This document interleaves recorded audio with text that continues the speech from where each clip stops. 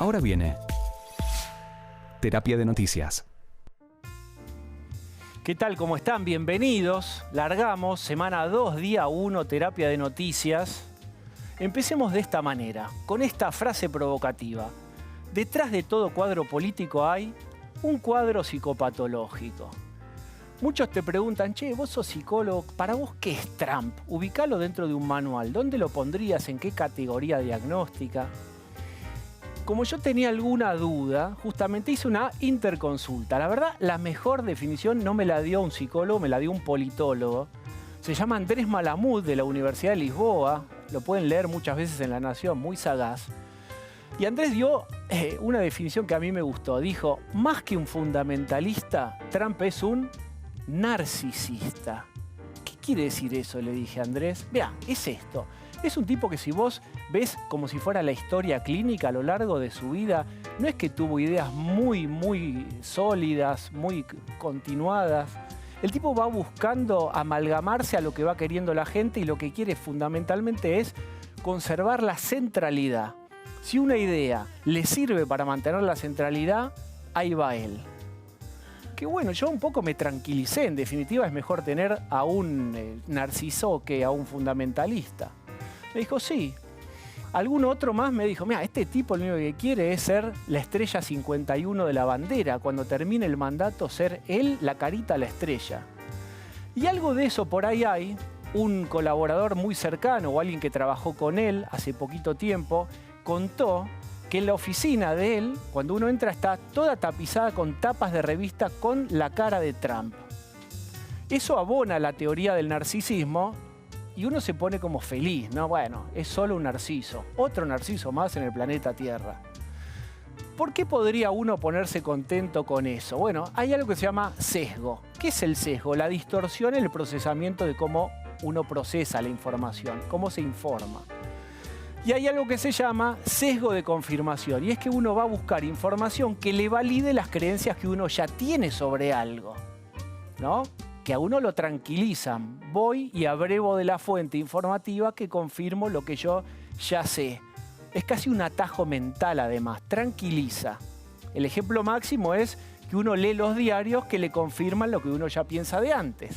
Es muy difícil que uno compre el diario que está del otro lado. Esto podría tranquilizarnos a todos y decir, bueno, es esto, Trump no va a deparar grandes sorpresas. En realidad, la verdad es que no lo sabemos, es una distorsión cognitiva. Lo que sí sabemos es que hoy Macri habló 15 minutos con Trump. Estaban felices en el gobierno porque haber obtenido esa comunicación después del apoyo a Hillary. Pero Trump dejó ahí, parece, según el comunicado del gobierno, una frase, cita, fuerte. Dijo, tendremos Argentina y Estados Unidos las relaciones más próximas, más cercanas que jamás hayan tenido ambos países en la historia. Dijo el optimista, le colocaremos los limones, colocaremos por fin todos nuestros productos. Dijo el pesimista, los 90 y las relaciones carnales con Menem fueron solo el zaguán. Nos están invitando a pasar. Bienvenidos a Terapia de Noticias.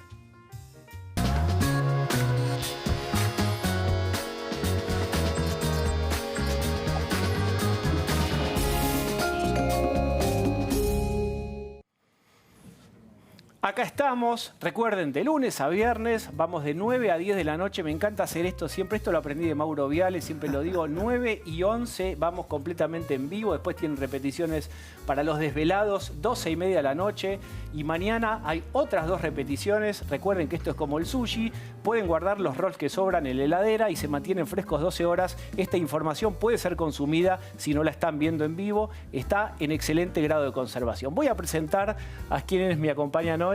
El queridísimo gran Claudio Jacqueline. ¿Cómo estás? ¿Cómo estás, Diego? Bien. ¿Cómo estás vos en este trajín televisivo? ¿Estás en PM? ¿Estás en Terapia de Noticias? Me preocupa estar en muchos lados, pero estoy muy bien. ¿Estás feliz? Y acá al lado con vos, ni te digo. Qué grande. Riquelme está feliz, Claudio Jacqueline está feliz. Pasamos a Diego Cabot, siempre lo hemos definido como el Julio de Vidólogo, el que más sabe de infraestructura, de puentes, aviones. Bueno, sí, con bastante trabajo te digo, ¿eh? Bastante ¿Sí? trabajo. Hay muchas novedades. Macri prometió, viste, una obra pública por día inaugurar el año que viene, así que vamos a tener para hablar. Bueno, ya vamos a hablar. Hoy tenemos también algo bastante interesante en el programa en relación con también promesas de infraestructura, etcétera. Así es. Gayle Scriven, que es básicamente una de las que más sabe de política internacional en este diario, en toda esta redacción. Hola, Diego, ¿cómo estás? Bien, y quiero yo contarles que Gayle estuvo además antes de las elecciones en el New York Times y en otros diarios, y estuvo ahí bien en el mano a mano con todos los editores, los medios más importantes del mundo, que realmente se chocaron de frente con esto que no veían, este camión llamado Trump, y nos vas a contar también en un rato cómo es esta tensa relación que hay entre medios y Trump. Exactamente. Lo curioso es que en todos los diarios que visité no había una persona que apoyara a Trump. Ni uno. Ni una persona. Fíjate qué olfato, ¿no? El olfato periodístico. Qué burbuja, ¿no es cierto? Bien, y ahora, qué placer presentar a Gustavo Marangoni. Estás estrenando un rol, Gustavo, te quiero decir que sos como el primer invitado banquetero que tiene Terapia de Noticias. Vamos a invitar bastante seguido gente de la política, analistas internacionales, digamos, la gente que nos cae bien o que no nos cae bien, el caso de él sí. Menos mal. Sí, no, porque tampoco queremos hacer periodismo, ¿viste? No queremos hacer nada sincronizado donde todos piensen lo mismo. Te trajimos porque es un gusto y estuviste además en Estados Unidos. Sí, así es. La verdad, una experiencia extraordinaria. Me quedaba con la introducción tuya y yo digo, ¿cuánta importancia tiene en la historia la nariz de Cleopatra y cuánto los hechos estructurales más profundos? Es decir, uno dice Marco Antonio, Cleopatra se enamoraron, en algo incidió en la guerra civil en ese momento entre Marco Antonio y Octaviano. Ahora, si no se hubiese enamorado de esta chica, como diría mi tía Leonilda, igual la guerra civil se hubiese dado lugar. ¿Qué quiero señalar con esto? Trump tiene un montón de atributos y de características que son bastante peculiares y algunas, es un juicio mío, bastante desagradables. Sin embargo, independientemente de su figura y de su persona, hay una suerte de reflujo en el proceso de globalización que creo que tiene en él uno más de los tantos expositores y exponentes. Como dirían ustedes los psicólogos, un síntoma. Trump no es otra cosa que un síntoma y debe ser atendido. ¿Qué hay detrás de ese síntoma? Esto es lo que tenemos en Terapia de Noticias.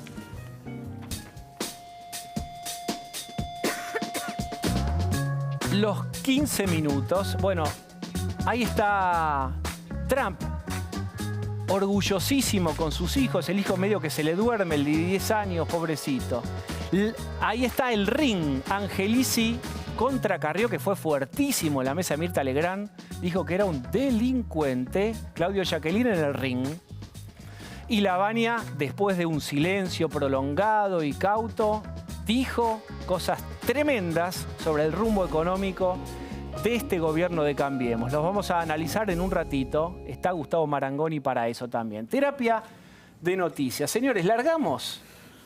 Vamos. Lo más importante es una voz en el teléfono. Finalmente sucedió, había un parto, sala de espera, el gobierno argentino mordiéndose las uñas, diciendo, ¿qué será esta criatura? ¿Será alguien afable que nazca? Esa conversación nació y parecía que fue, digamos, de buen quilaje, ¿o no? Mirá, lo interesante es que hasta el viernes había lo que te cuentan de los dos lados, era casi una cuestión que a vos que te gusta esto, fetichista, que Donald atendiera el teléfono de Mauricio y sobre todo el celular. Era como, es el momento cumbre de algo que nadie sabe qué va a pasar. Y hoy ocurrió. Y lo divertido es que de los dos lados había no solo 2 conocidos, había 4 conocidos. ¿Por qué? Porque Donald Trump conserva la misma secretaria que tenía cuando trataba Macri de hacer negocios con él. Y Macri conserva la misma secretaria que en aquella época. Es cierto, porque Macri tiene la secretaria histórica, que creo que no sé si incluso si la heredó del papá o algo, Anita. Ya estaba, sí, y él la incorporó y la sigue manteniendo. Bien, o sea que un poco se descongeló ahí esa cosa inicial de lo que hay yo sé que lo que hay que tener claro, Diego, es que lo que trascendió, lo hizo trascender obviamente el gobierno argentino, ¿no? Del otro lado hubo mutismo, como sucede en todo. En realidad no es que... Es lo que está pasando con Trump. Claro, con todo. No es que Trump está notificando, contando, comunicando cuál es el contenido de las conversaciones que tiene con varios mandatarios que van, digamos, sucediéndose en los llamados. Pero el gobierno argentino, como te digo, tiene sus antecedentes de no ser un gran exégeta de lo que le transmite otro jefe de Estado. Recordemos, si no, lo que le pasó con la primera ministra británica, ¿no? Sí, Así es que bueno, cierto. habrá que esperar, digamos, está bien, es un buen paso, pero habrá que esperar cómo sigue la todas maneras, Yo relación. quiero preguntarle a Sí. Gustavo, que además vos podés opinar, pero además porque podés opinar porque estuviste adentro de un gobierno y muy próximo, muchos años. ¿Cómo es ese momento de espera fuerte de un llamado? De alguien que está más arriba que ustedes, digamos. Obviamente tiene su importancia porque todos tenemos aquello de vanidad, mi pecado preferido, es decir, ¿sabés quién me llamó? ¿Sabés con quién hablé? ¿Cómo es eso? Funciona. Contá Eso esa funciona. atmósfera, O sea, ese a tus momento. amigos, vos decís, ¿viste? o el que logra decir, vos querés hablar con fulanito, déjame que yo, y te lo comunica, y en ese momento se convierte en una suerte de intermediario privilegiado que puede ganar determinadas cosas. Desde ese punto de vista eso existe en todos los gobiernos, es parte de la realidad, es parte del ritual de la política. Ahora, después si vos en tu introducción dijiste, al pasar o no tanto, después hay cosas que son permanentes. Los argentinos hace 25 años que estamos con el jugo de limón en la mano. Señora, me compra en la estamos frontera. Iba a decir una marca, pero digamos la más conocida que se puede imaginar, de limones, digamos, estamos con el jugo de limón, diciendo, che, a ver cómo hacemos para entrar, o estamos con la carne. Golpeando y eso, la puerta, claro, ¿no? y eso pasa de republicano, de demócrata, de peronista, de cualquier pelaje, de Cambiemos, de radicales, y ahí nos cuesta más avanzar. Entonces, en realidad, el llamado es muy bueno, se celebra que exista y que se digan las cosas de rutina que se tienen que decir, pero después vos necesitas de las burocracias y de mucho poder para decir, che, a nosotros nos interesa entrar con este y con otros productos, Claro. porque es el gran problema que tiene la Argentina. Entonces, los países tenemos intereses y necesidades. Me dijeron que usted es proteccionista, pero no se olvide, señor Trump, de este jugo de limón. El aviso parroquial va siempre. El aviso parroquial va Ahora, siempre. un día van a entrar los limones y no va a pasar demasiado, eso es lo increíble. Pues, Porque, ¿viste? hacíamos el Si chiste en Terapia de Noticias el otro Claro. día, digamos, con Hillary, la apertura al mundo, la globalización y los más progres del mundo sin jugo de limón. Sí, bueno. Con Trump, ¿qué puede ser lo peor que pase? Bueno, pero pará. ¿Seguimos sin jugo de Sin jugo de limón? limón. Pero, Sí, claro. pero a lo mejor en la macro no es importante. Ahora, No, a en la los micro, tucumanos, que totalmente. en un momento cuando Claro, hacían caña de pero ¿qué azúcar te le dijeron, parece? Basta. si afuera de la copa, caña de azúcar no va más. Digo, vamos a hacer limones. No, limones trataba de darle un valor. Bueno, jugo. Bueno, ahora vas a venderlo al mundo. Sí, Y no, el totalmente. principal mercado te para, como pasa en otras tantas, en otros tantos productos, es un tema. Y además uno hace los chistes y que tómenselo a bien, porque sabemos muy bien y certeramente que vos metés los limones y levantás media provincia. Totalmente. Entonces así, No, algo además chiquito es algo grande. es una empresa, la principal productora, sufre cada vez que hay una negociación, sufre los vaivenes en su acción, es una cosa increíble. Digamos, cada vez que alguien habla sobre el tema o de los limones o que van a volver a negociar, la acción sube, después vuelve a bajar y... Las digamos, anécdotas tiene- son más simpáticas, pero en realidad la política se compone de muchas cosas que son aburridas. Que no son tan noticias como los tipos que están negociando el arancel Claro. o el artículo. Bueno, eso es parte de algo que no se ve, que probablemente no garpe en el hecho de decir, vamos a hacer un programa contando la negociación del jugo de limones porque se te va hasta el último, pero eso es realmente lo importante y en todo caso los llamados telefónicos, las frases y lo otro tienen que estar al servicio de esas cuestiones. Pero yo te menos pregunto atractivas. también, Claudio, en definitiva, más allá de las cuestiones técnicas que intuyo que deben ser decisivas, vos tenés los lobbies de tus propios productores de tu país que te dicen ponele semáforo rojo a esos productores de otro país porque esto puede pasar. Ahora, ¿también es una cuestión de afinidad política o no? A ver, como decía Gustavo, yo creo que el punto está en que los intereses confluyan. Cuando los intereses entran en conflicto, digo, y me parece que el caso del antecedente de Macri-Trump es muy interesante. Macri dice, y los hechos parecen demostrarlo, que nunca rompieron la amistad, pero nunca consiguieron hacer un negocio. Es de esperar que esta vez nos toque, digo, porque esta vez el negocio es de todos nosotros. El negocio inmobiliario es por lo menos que nos hagan la losa. Absolutamente. Y también por lo menos. ver que el apoyo durante la campaña fue hacia su rival. Digamos. Exactamente. Eso hay que ver cómo, Sí, yo creo cómo que eso, pasan que eso facturas, pasa si es porque que son pasan. pragmáticos. Digo, la verdad que son dos políticos porque vienen de donde vienen, porque tienen una historia, porque en definitiva van a tratar de que le vaya bien a cada uno. Digo, me parece que eso no es un ¿Están a problema. un balde de champán de ponerse de acuerdo o no, digamos, en definitiva? Yo creo que en este momento tiene tantas cosas en la cabeza de Trump que lo último que está pensando es en la Argentina y en otros Recibió países. muchos llamados hoy. ¿Habló con Putin? Recibió muchos llamados. Es muy curiosa la lista de los llamados. De hecho, Theresa May fue una de las, no sé, el número 11, 12 de hablar con él. Estaba toda la prensa británica desesperada diciendo cuándo van a hablar Trump y May.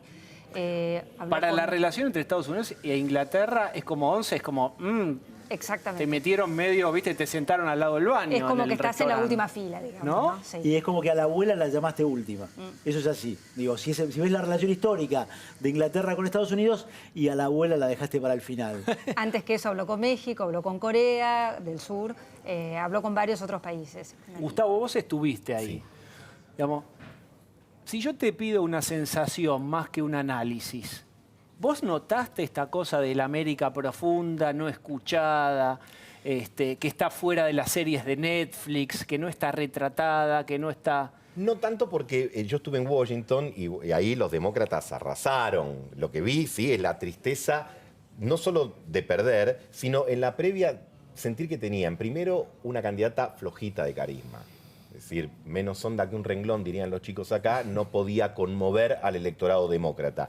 Por otro lado, algo que hablábamos previamente, 8 años de un gobierno, de un mismo partido, es difícil de sostener en Estados Unidos y cuando vos revisás las últimas décadas es más bien algo... Solo pasó de los 2 periodos de Reagan a Bush padre. Exactamente. Y nunca más se repitió. En los últimos 16 años hubo solo 2 periodos de cada partido. Y punto. Exactamente. Después cambiaron, sí. Pero lo que sí veías desde apenas pisabas el país, que era un plebiscito a favor o en contra de Trump. Eso sí, estaba muy instalado que el que estaba en el centro del ring era él. Y las preguntas que uno hacía, pero también las que le hacían a uno, de ellos, ¿y ustedes piensan que este hombre puede ganar? Este hombre a lo mejor tenía una connotación más negativa porque, insisto, estábamos Sí, en claro. Washington. Pero decía, ¿puede ganar? ¿Puede ganar? Y esa era la pregunta. Nadie se preguntaba por Hillary, se preguntaba por él. Y yo creo que es tan novedoso en muchos aspectos que indudablemente los dejó conmovidos y los va a dejar conmovidos. Una cosa rara, porque la democracia norteamericana es un modelo y al día siguiente estaban manifestaciones diciendo no es mi presidente. Y vos decís, bueno, mirá, no te gustará. Sí, pero hay ganó. una idea de cómo, de a dónde mirar, qué espejo, qué país se puede usar de espejo, de que funciona más o menos racionalmente y demás. Se ha roto ese espejo en teoría que parecía ser, sin idealizar por supuesto, Estados Unidos. En Estados Unidos un presidente no cambia ni la bandera, ni el nombre del país, ni hace lo que se le ocurra. Ni en eso, ni en los jugos de limones. No es que el tipo habla con el presidente de Argentina y dice, bueno, está bien, ya me pediste la disculpa porque A ver, apoyaste a Hillary, te mando para hacer lo un que-". paralelismo, Gustavo. Hay otras cosas. Vos venís del peronismo. Sí. ¿Es Trump el Menem republicano? Yo creo que tiene que ver en esto. En nuestros países los liderazgos decisionistas pueden mucho más. Y yo creo que en Estados Unidos pueden mucho menos. Claro. Obama ganó la presidencia y dijo, voy a eliminar Guantánamo. Nunca lo pudo hacer. Y le dijeron, espere, Y le dijeron, señor. bueno, vamos a ver. Nunca le dicen que no, porque corresponde que es el presidente y respetar. Pero, a ver, los 3 poderes allá funcionan. Y la burocracia beberiana, esto sería una burocracia, vamos a decir, es decir, el aparato del Estado, para hablar más fácil, también tiene sus tiempos. No cualquiera, es decir, el ganar una elección te da autoridad, pero no te da el poder para hacer todo lo que vos quieras. De todas formas, Trump va a tener bastante más poder del que tuvo Obama. Digamos, tiene Sí, el Congreso a posiblemente. favor Pero va a y tener tiene que la posibilidad sentarse de en el nombrar a lugar. alguien. Va a tener que sentarse en el lugar Sí, porque claramente. convengamos que Trump no conoce ni la burocracia de un consejo deliberante, ¿no? lógico. No conoce nada del poder, digamos. Nunca tuvo un cargo público, eso lo sabemos. Bueno, eso lo... ¿Ustedes plantean que no hay posibilidad de que en Estados Unidos se erija a alguien del orden del caudillismo? Bueno, en realidad esto te diría que es bastante cercano. Bueno, ¿no? habrá que verlo. Yo no me animaría a sacar ninguna conclusión definitiva. Digo, Trump ayer te decía, me voy a mostrar como anteayer, mejor dicho, te decía, me voy a mostrar como un moderado. Ayer dijo, avanzo contra los inmigrantes ilegales. Digo, la verdad que me parece que todo lo que podamos decir de acá hasta el 20 de enero, cuando asuma, va a ser bastante provisional y me parece bastante audaz. Yo he escuchado y he leído algunos análisis y me parece que pecan de audacia, que nadie que esté cerca de él siquiera sabe muy bien qué es lo que van a hacer. Entonces, digo, me parece que habría que ser un poquito Creo que el cuidadoso. mundo y todos los analistas están muy interesados en encontrar alguna pista de que va a ser pragmático. Cada frase que dice, y además él se ocupa de hacerlo, una a favor, una en contra, una para el establishment, otra para mi base populista. Va dando señales para cada lado, que eso también hay que estar muy atento. Está todo el mundo esperando que en su lugar se convierta en un pragmático. Y ¿no? seguimos hablando de Trump hace días y vos agarras un globo terráqueo y lo haces zip y lo das vuelta y pones el dedo al azar y en cualquier país debe pasar más o menos lo mismo, en una situación en espejo, en otros programas también hablan, porque realmente fue conmocionante en la historia política contemporánea. Yo creo que no hay una elección así, o por lo menos que atemorice o que genere tantas preguntas. Bueno, en realidad lo que se especula es si esto va a ser o no un cambio de época, ¿no? Digamos, si va a generar un cisma de tal magnitud que pueda cambiar algo así como las reglas o las leyes que manejan el mundo, ¿no? Entonces, por eso es que tiene el peso que tiene. Bueno, yo te voy a dar la espalda, vos no te Bueno, vas a ofender. No, ¿cómo me voy a ofender? Porque me Todo voy- que tiene revancha no hay que tener Sí, señor. Me voy al monitor porque vamos a inaugurar algo que es, como están leyendo, El Ring. Es dos personas centrales, pero opuestas de la actualidad argentina. Bueno, podría ser del extranjero. En este caso, vamos al cabotaje, a la República Argentina, que tienen una relación tensa. En este caso, ¿de quién se trata, Claudio Jacqueline? Bueno, en este caso vamos a hablar de dos que tienen orígenes comunes y que se bifurcaron los caminos, como suele pasar en las familias. Lilita Carrió y Daniel Angelici. Es cierto, y tienen orígenes comunes porque la mamá Exactamente. fue Yo te diría, radicalismo. ella es la hija o una de las hijas de Raúl Alfonsín. Él podría ser uno de los muchísimos nietos. Diferencias ya empiezan acá. Ella rápidamente mató al padre. Él, en cambio, se quedó con la herencia del lado menos brillante de la luna alfonsinista. Y después, Qué lindo lo de mató al padre. rápidamente, Es verdad. él después siguieron y encontraron otra diferencia. ¿Por qué? Porque el padre putativo de Daniel, el Tano, es un enemigo histórico de Lilita. Y es nada menos que el Cotino Siglia. Entonces, esto empieza a marcar grandes diferencias y peligrosas. Ahí ya tenés la primera clave de Iván, que es alguien que mata al padre y otro que sigue sujeto a... Exactamente. Y después empiezan las diferencias personales, porque ella es una practicante del fundamentalismo y él es un fundamentalista del pragmatismo. Digo, él hace de eso su fundamentalismo. Y entonces los diferencian. ¿Dónde siguen las diferencias? Ella tiene en la mira a casi todos los jueces de Comodoro Pi.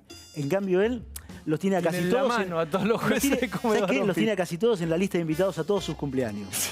Entonces, esta es la otra diferencia. Otra diferencia, los servicios de inteligencia. Ella los detesta, los persigue todo lo que puede. Él, en cambio, se llena de amigos en ese mundo y algunos hasta dicen son dependientes de él.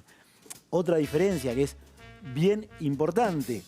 Ella es una francotiradora que a veces agarra la escopeta y no le pregunta si hay víctimas no deseadas.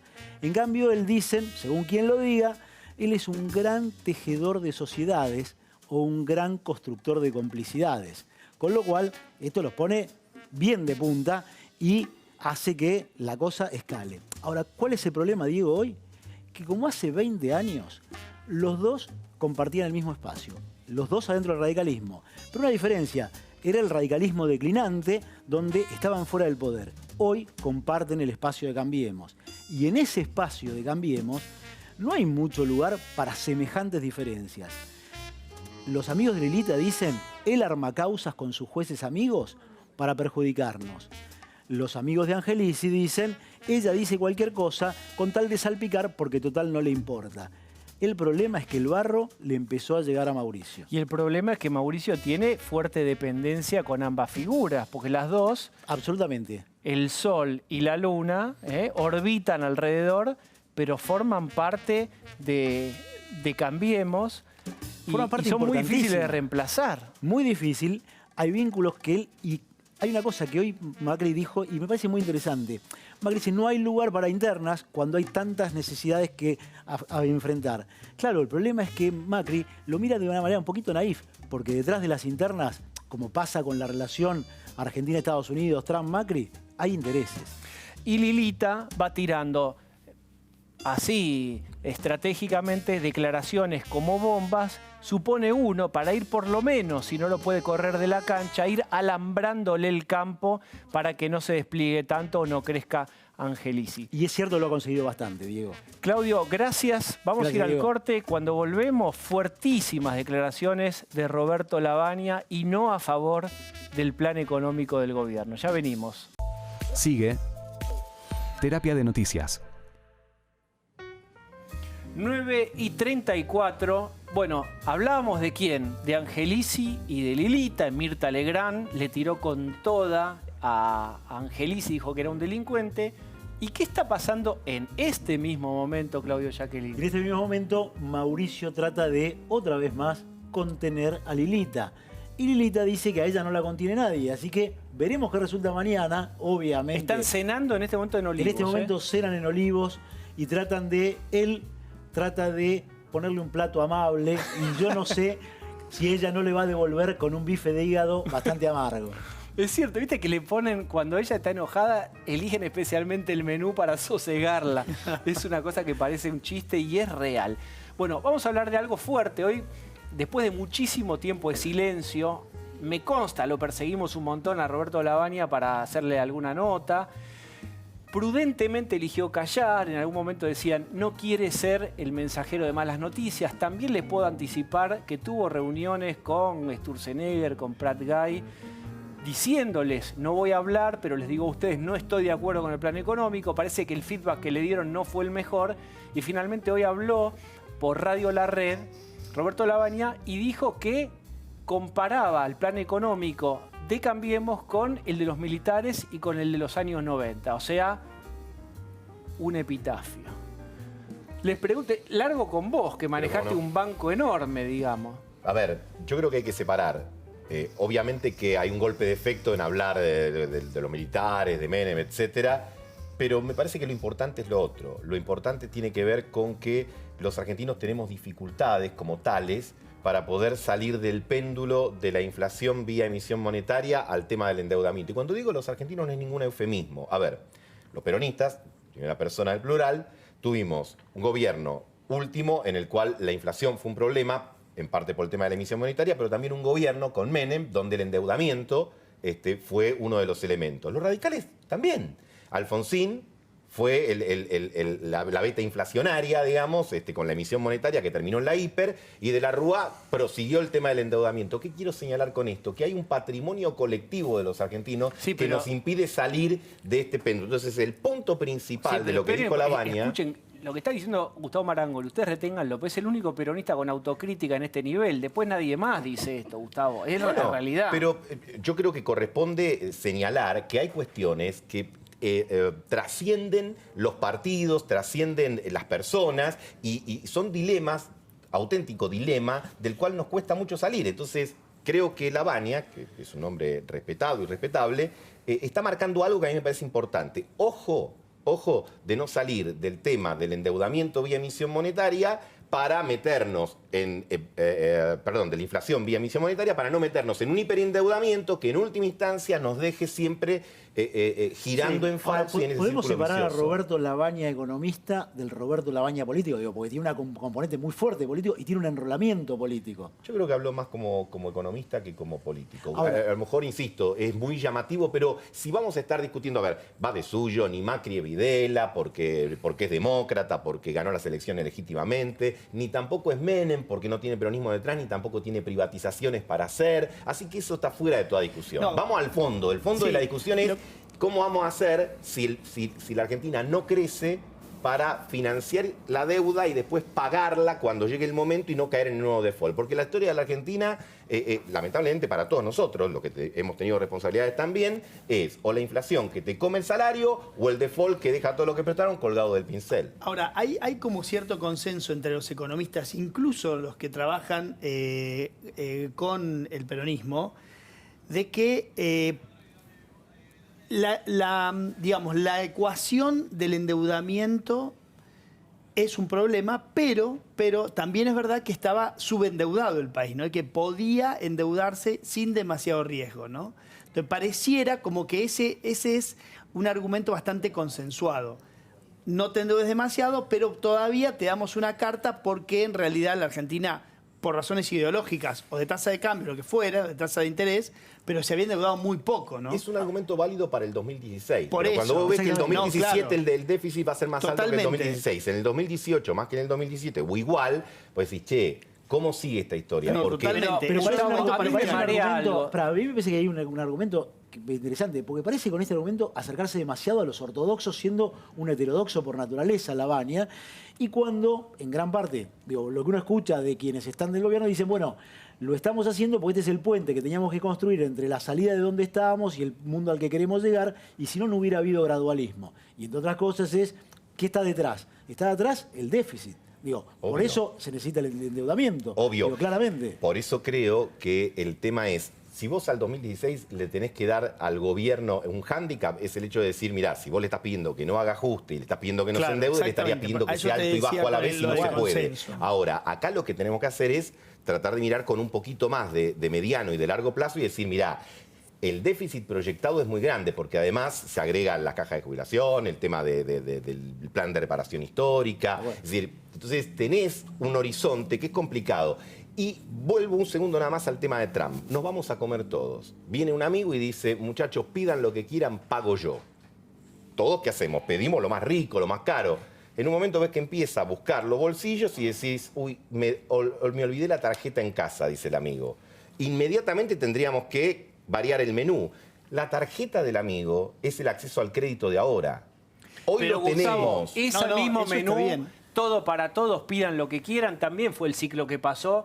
Y vos estuviste lo acabo, bien de lo acabo de cerca. decir, Lo que pasa es que- Pero en ese momento yo no vi que nadie dijera bajemos los gastos de la tarjeta, pedite una milanesita nomás. Lo que es uno cierto. veía era que era todo para todos todo el tiempo, Es no había cierto. sustentabilidad. A todos nos gusta comer rico, pero en el ciclo anterior no pareció que hubiera demasiado cuidado.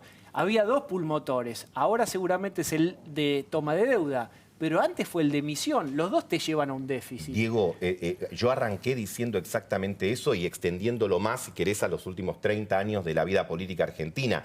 Por algo, el desarrollo sigue siendo una asignatura pendiente de todos. Sí. No solo de Cambiemos, del peronismo, del kirchnerismo, del menemismo, del me radicalismo, sumo a del esto, y yo alfonsinismo. te pregunto, vos tenés acá tengo dos títeres. Hola, soy Miguel Bain. Sí. Y creo que el gobierno está funcionando razonablemente bien. Yo endeudaría un poquito menos y Esto es Bain. Y acá tenés a quién, míralo. No sé, veo 5 dedos. Va, si veo Bueno, bien. ¿ven? Daniel Scioli. Sí. Daniel Scioli te dice, este gobierno está empobreciendo. Yo hubiera hecho algo completamente diferente, nada de lo que hace Macri va bien. ¿A quién de los dos le tengo que creer? ¿A este que era el economista de referencia máximo o a Daniel Scioli? A ver, el tema de creer siempre es algo particular. Pero vos yo lo que estuviste ahí. te digo es lo siguiente.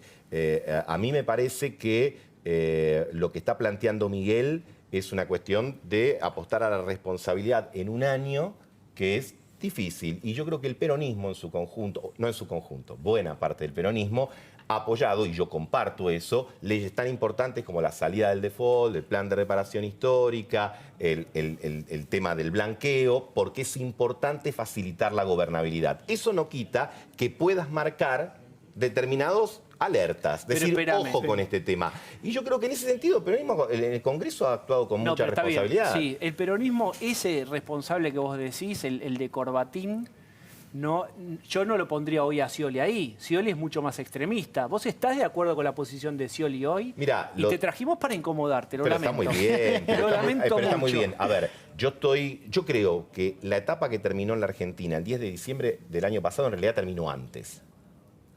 En realidad terminó antes que el 10 de diciembre. podría Por lo tanto, yo creo que está... especificar qué quiere decir eso? No, creo que el kirchnerismo, digamos, yo lo he dicho en otra oportunidad, terminó a lo Caruso Lombardi, digamos, defendiendo el resultado, colgado de los travesaños, no ya para bajar la inflación, sino para que no suba demasiado, no para que los dólares entren, sino para que se vayan despacito. Y creo que eso es el agotamiento de un sistema no solo económico, sino también político. Pero ese equipo Político. hoy te dice cómo tenés que jugar. Bueno, yo creo que el peronismo tiene que resetearse realmente profundamente porque el esquema de pasar sin solución de continuidad del gobierno a la oposición y decir todo lo que está haciendo el gobierno está mal, me parece que no solo es una forma muy, vamos a decirlo así, mezquina de hacer política, sino que además no se condice con la necesidad que tiene el peronismo de reformularse de cara al siglo XXI y de reconocer que el problema del desarrollo, antes que económico, es político y que si nosotros pensamos que buscando un nuevo liderazgo, un nuevo ismo, para después hacer un gobierno en el cual el que está en el poder decida todo y haya poca discusión y poco debate, bueno, ahí tampoco va a venir el Yo camino creo que del esta es una de las desarrollo. grandes novedades de la política argentina, Diego. A mí me parece que lo que expresa Gustavo y que lo expresa una buena parte del peronismo todavía emergente y que empieza a aparecer es asumamos nuestra cuota de responsabilidad por primera vez, asumamos que hemos sido culpables de gran parte de lo que pasó en estos 30 años de democracia y construyamos mirando para el futuro. Digo, hasta ahora lo que hemos visto siempre en el peronismo es juntémonos como sea, que es un poco lo que hoy expresa Daniel Scioli. Vamos todos a juntarnos porque la gente nos va a pedir que nos juntemos, sea como sea. Increíblemente, y sabemos que Gustavo ha sido uno de los tipos que ha marcado diferencias con esa posición y ha marcado diferencias antes de la elección, digo, pues se sabía, y ha sido en eso bastante responsable y bastante innovador. Digo, me parece que esta es la gran novedad de la política argentina. Nunca vimos, y me parece que hasta ahora Macri no lo ha aprovechado suficientemente, nunca vimos en la Argentina, del 83 para acá, un peronismo más responsable que el que estamos viendo, salvo algunos grupos minoritarios o ultras como los cristinistas, y un sindicalismo más responsable que el que hemos estado viendo a lo largo de este año. Digo, la verdad, creo que Macri, como nunca, ha tenido un escenario que ningún presidente no peronista haya tenido hasta ahora. Hay un tema, yo coincido con un eso. pequeño tema que Sí. quedó ahí colgando del tema del financiamiento, del endeudamiento, que tiene que ver con la infraestructura, ¿no? O sea, hay una deuda enorme que en parte dejó el gobierno anterior, en gran parte o casi exclusivamente, por lo menos en lo que tiene que ver con mantención, que dejó el gobierno anterior, que tiene que ver con infraestructura y que claramente este gobierno tiene un mandato de empezar a dar vuelta a esa página, ¿no? Y la verdad es que no tiene otra manera, hoy por hoy, no tiene, digamos, ya más ollas para rascar, sería, que no sea endeudándose. Entonces, pero ahí hay es que una eso estaría diferencia muy enorme. bien. Claro. No es lo mismo financiar. A ver, no Por es lo eso mismo digo, pedir prestados para irte 2 semanas al Caribe que para Totalmente. hacer rutas, escúchame, caminos, por eso, autopistas, hay que etcétera. ver, digamos- En eso estamos de acuerdo, pero en general el endeudamiento se ve que está más año sí, destinado a gasto totalmente. corriente que a gasto de Perdón, capital. Ojalá yo sea para quiero- gasto de capital. Yo tengo acá, vamos a hacer, todavía es una clase de teatro. Estas son, ¿escuchan cómo suenan? Las llaves del Ministerio de Economía. Toma. Pero no hay Tomo Ministerio de las Economía, llaves. Diego. No Este es el importa, problema. la gente lo conoce como Ministerio Este es el problema. Tomo las llaves del Ministerio de Del Economía. Teatro, Palacio de Claro, Hacienda, lo que tal vos cual. Y quieras. antes de devolvértela, porque te digo que el peronismo no está preparado para gobernar este año. Título. No, te estoy dando todo el Margen. título que quieras, es la verdad. Peronismo, si no terminamos todavía de hacer un equilibrado balance de lo que pasó, y cuando digo equilibrado balance, creo que el equilibrado balance lo tiene que hacer de lo que pasó nosotros, pero también los otros, porque la Argentina no Totalmente. está todo bien contra todo mal. Pero antes de devolverte la llave... No, que yo te quería diría que me hagas la primera medida concreta. no, Ahí tenés un teléfono. no es- bueno, ¿sabes lo que diría? Coordinen mejor. A ver, ¿cómo es? Coordinen mejor. Porque yo creo que una de las falencias de estos meses de Cambiemos, que como dije ha tenido virtudes y ha tenido medidas correctas, pero una de las falencias es tener distintas velocidades intragobierno porque el presidente ha decidido tener ministro de Hacienda y Finanzas, pero no ministro de Economía. Alfonso Prat-Gay es un buen ministro de Finanzas y lo ha demostrado, ha sacado al país del default, él sabe y conoce mucho de eso, pero no es ministro de Economía. Y vos tenés entonces distintas velocidades, el ministro de Producción, el ministro de Hacienda, el presidente del Banco Central, que no terminan de tener un hilo conductor. Y en este aspecto, hasta te diría que hay una crítica cuanto al liderazgo de Macri, que no se preocupe por no tener un ministro de Economía fuerte. Él Porque ya cuando se dijo, establece no fue mal con Te Caballo, voy a no fue decir, mal pero con yo te voy a dar Kicillof. una primicia. Hoy ese tema no es que esté en revisión tener menos ministros y juntar un poco mejor la economía. Pero sí es cierto que hay una cosa que está haciendo hoy el jefe de gabinete y los dos vicejefes de gabinete, que es evaluación de desempeño de los ministerios. ¿Por qué? Porque Atención con lo que está diciendo Claudio Jacqueline, porque es fuerte. Vamos de como en vuelta. las empresas, Sí. evaluación de desempeño, señores. Los ministros van a tener que mostrar en dos áreas cómo les ha ido, cómo gestionaron, cómo ejecutaron presupuesto, cómo gastaron la plata y qué impacto político tuvo. Los van a medir en las dos áreas antes de fin de año. Es más, es probable que sea para el 10 de diciembre van a tener el boletín de calificaciones los ministros.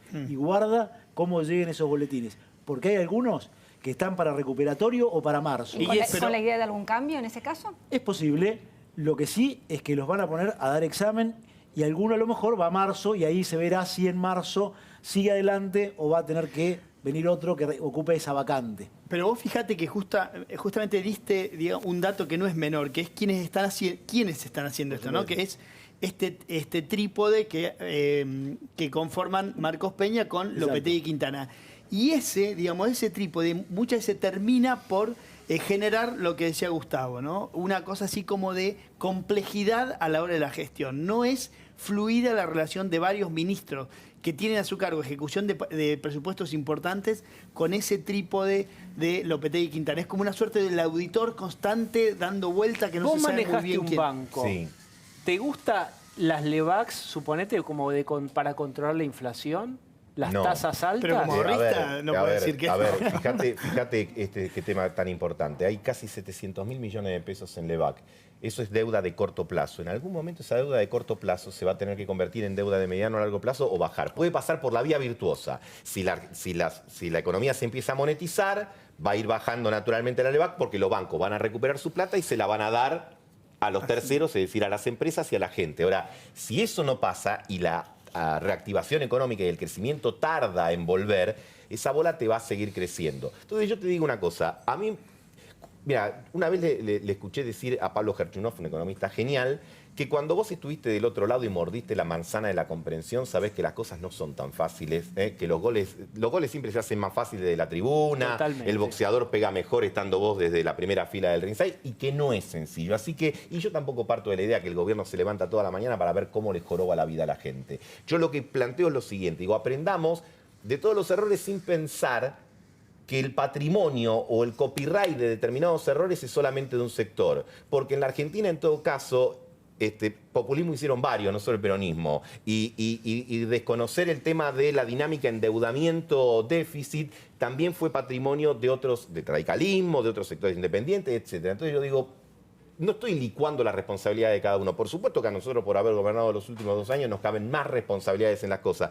Pero lo que digo es, vamos a enfocarnos en el problema. Volvemos a Lavagna. Lavagna marcó algo con lo que yo estoy totalmente de acuerdo. Digo, fijémonos de este tema para corregirlo. Porque es del presidente, pero también es de todos nosotros. De hecho, todas las provincias quieren tomar deuda. Bueno, Están todas en en eso. algún momento... Eso sí también es un peligro importante. Vos vas a tener que recordar ese viejo apotegma de, creo que era, no quiero citar mal, pero era Romano Seguro, que dijo, creo que era Cicerón, dijo, el problema de los romanos es que no se bancan ni el remedio ni la enfermedad. En algún momento, cuando vos tengas que encarar situaciones, o no te quejes del problema o bancate lo que viene con la terapia recomendada. Yo te quiero correr un poquito el eje. ¿Vos hablás con Scioli hoy? La verdad que la última vez que lo vi fue acá, cuando digo acá, digo en La Nación, que es donde estamos en el edificio, cuando fue el lanzamiento de La Nación Más. Bien, Esa fue y cuando vos la lo ves, micro. digamos, próximo, orbitando en Planeta Cristina, Yo lo respeto porque tengo un gran afecto por él y sé que hace las cosas siempre con la mejor buena fe y la buena voluntad. Como yo lo he dicho en mi caso particular, creo que ese ciclo político estaba agotado aún antes del 10 de diciembre. Ahora, ¿no es raro ver a Scioli siguiendo aferrado a ese espacio cuando sabemos, y lo hemos escuchado muchos en privado o más o menos en semipúblico, marcando diferencias con muchas de las cosas que hizo Cristina, con el rumbo económico, con la forma de hacer política? Digo, pareciera como que él no puede despegarse de ciertas jefaturas, o ¿cuál es el problema que tiene? Mirá, Hacé lo de ha dicho- psicólogo, lo ha dicho Marangoni, pública- psicólogo. No, yo no soy. No vamos a ejercer ninguna profesión que no me corresponda. Él lo ha dicho, que siente que es ser consecuente con su historia, el estar donde está ahora, e insisto, a mí eso me parece absolutamente respetable, pero yo creo que el peronismo del siglo XXI no puede tener... A ver, hay una tara que el peronismo se tiene que sacar de encima, que es el verticalismo, que es confundir la lealtad con alcahuetería. acaba de ser echado porque el peronismo, Gustavo Marangoni. tenemos Pero es más como, fe. Tenemos más fe en la capacidad que tenemos de, Pero ¿cómo de sería? A ver. reciclarnos. Mira, me parece que tenemos un ejemplo que fracasó la primera vez, pero no deja que uno tenga que insistir, que es la renovación. Una sola vez en 70 años elegimos una fórmula presidencial por el voto directo de la gente. El camino pasa por ahí. Y el camino también pasa por tener instituciones, tanto en el ámbito de los partidos como también en el plano del país, para que el que gane decida cosas, pero no pero ahí decida no todo. ganó Menem cuando eligieron. Claro, bueno, Sí. Y después se lo quieren sacar de encima como si no hubiera sido No, peronista, hubiera pero- sido un liberal no, que yo lo no- trajo un plato perdóname, volador. Yo no me lo quiero sacar de encima y también lo he dicho en muchas oportunidades, a lo mejor, salvo Menem y yo, que digo que lo voté como voté a todos los candidatos peronistas de los últimos 30 años, a lo mejor no hubo más quien lo votara, pero con esos votos parece que le alcanzó para ganar. Yo digo, un error fue iconizar y demonizar esa década como que si todo lo que se hubiese hecho estaba mal. Yo creo que muchas cosas que pasaron en esos años fueron muy virtuosas. Digo, el Tratado de Asunción, los acuerdos de paz con Chile, la incorporación de mayores inversiones en capital, en la economía. Y hubo otras cosas que, por supuesto, a la postre demostraron no ser sustentables. Creo que lo mismo ha sucedido con Alfonsín, que si uno lo juzga por cómo terminó con la hiper, diría, uy, no sirvió. Pero para mí Alfonsín es un gigante de la historia argentina y es la persona, digamos, que más ha hecho por democratizar las relaciones ahora en el país. a viajar a Estados Unidos, pero yo te pregunto a vos, ¿vos estás próximo a alguien del peronismo, una referencia, o sos un taxi libre por la vida? Soy un libre pensador peronista hasta el año que viene, que veremos cómo... ¿No es un oxímoron ser un libre pensador peronista? Y mirá, yo siempre tengo... sí, hay una contradicción en un aspecto, ¿no? Porque a mí me gusta mucho el peronismo y me gusta mucho Borges. Y una vez se acercó un peronista a Borges y le dice, maestro, dice, yo soy un gran admirador suyo, dice, pero quiero decirle una cosa, soy peronista. Y Borges le dice, no se preocupe, yo también soy ciego. Entonces, a mí me parece... como un ejemplo interesante para decir que la ceguera está en los dos lados de la Argentina y que lo ideal sería que ni antiperonismo, ni peronismo, ni nada por el estilo, sino que vayamos reconfigurándonos visiones y perspectivas. Yo tengo una escena más, en la cabeza, lo veo a Gustavo Marangoni hablando con esa potencia argumental que tiene de voz, en las, además, ¿viste? y en las Tiene unidades un tono de básicas, voz. ¿viste? Y dan vuelta al plano y hay 4 sillas nada más y el resto, porque el peronismo quiere escuchar esto. Mirá, en primer lugar, dame un poco más de crédito porque cuando voy a dar charlas hay más que 4 sillas, digamos, pero al margen de eso, Qué poco rating. yo te diría que también acá hay una cuestión de la convicción. ¿Y sabes lo que tenemos que hacer los peronistas por Perón? Crecer. Pero si Perón dijo, mi único heredero es el pueblo... Y crecer supone poner tu historia en perspectiva y saber que hay cosas en las que fuimos muy buenos y hay otras en las que no fuimos muy buenos. Nosotros y los demás partidos que se hagan cargo ellos, yo no me voy a hacer hago la autocrítica nuestra, no la de los demás. Ahora, yo creo que el crecimiento implica un crecimiento madurativo político en el cual las relaciones sean más horizontales. ¿Por qué? Porque la tecnología y la vida hoy hacen que todas las relaciones sean mucho más horizontales. Y querer ser verticalista en el siglo XXI, en el siglo de las redes, en el siglo de... Me muero, perdón, estoy con una arritmia porque estás No en la era mi versión más intención. durambarbista que se te haya escuchado. No, para nada, porque yo creo profundamente en la política y no creo exclusivamente... Es más, yo creo que la política es como la cerveza. Tiene que tener la cantidad exacta de espuma, que sería la comunicación, pero tiene que tener la cantidad superior de contenido, porque si no, si es pura espuma, te quedás con gusto a nada. Y si es solo contenido y no tiene esa capacidad de poder encontrar el color para poder comunicar, bueno, obviamente que no vas a poder llegar a donde vos querés llegar y no vas a poder hacer la tarea de persuasión necesaria. Bien, tenemos 2 minutos finales. Yo, si ustedes están de acuerdo, lo usaría así. ¿Puedes dar en un párrafo la conflictiva relación de Trump, que ya amenazó a la prensa con ponerles así como el bozal de Hannibal Lecter? Bueno, algo que te gustaría a vos, la prensa en este momento está en pleno ataque de psicoanálisis, viendo qué hizo mal durante la campaña. Pero creo que lo importante es ver ahora cómo se va a preparar para la presidencia de Trump. Porque ya amenazó con que hoy mismo Te voy a Trump, leer 5 puntos que describen la relación con elegí Trump. los mejores 2 o 3. Los mejores 2. Desprecia a la prensa y la amenaza permanentemente. Dice que va a abrir las leyes de difamación en Estados Unidos. Eso es como tocar, digamos, una de las cosas intocables en Estados Unidos. ¿Qué sería una ley de difamación? Te pueden meter un juicio y, digamos, ya ha pasado, digamos, cualquier persona que publique algo en contra de Trump tiene que justificar por qué lo hizo y te pueden meter un juicio. Eso en Estados Unidos está muy protegido. Es como una de las cosas más protegidas de la Constitución, de la primera enmienda. Él está muy enojado con New Está York muy Times, enojado con el tuiteó New York contra... Times. Apenas le Facebook soltaron las también, manos, ¿viste? tuiteó contra Y el de New York hecho, Times. Con Facebook también. Apenas, digamos, una de las primeras cosas que hizo en Twitter fue atacar al New York Times. O sea, directamente dijo que estaba perdiendo suscripciones, dijo que había cubierto mal su campaña. Por supuesto, el New York Times le contestó rápidamente. Digo, pero de ahora en más, la verdad que se abre una etapa muy complicada en las relaciones con la prensa. La prensa no está acostumbrada a lidiar con un presidente como Trump.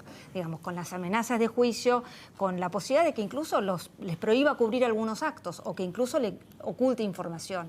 Lo de Twitter es un caso tremendo, digamos. Creo que van a buscar asesores argentinos en cualquier Exactamente. momento. En cualquier momento. Bueno, dijimos en el inicio del programa, el pájaro se conoce durante el vuelo para saber qué clase de ave es y estamos viendo de a poquito los primeros aleteos de Trump.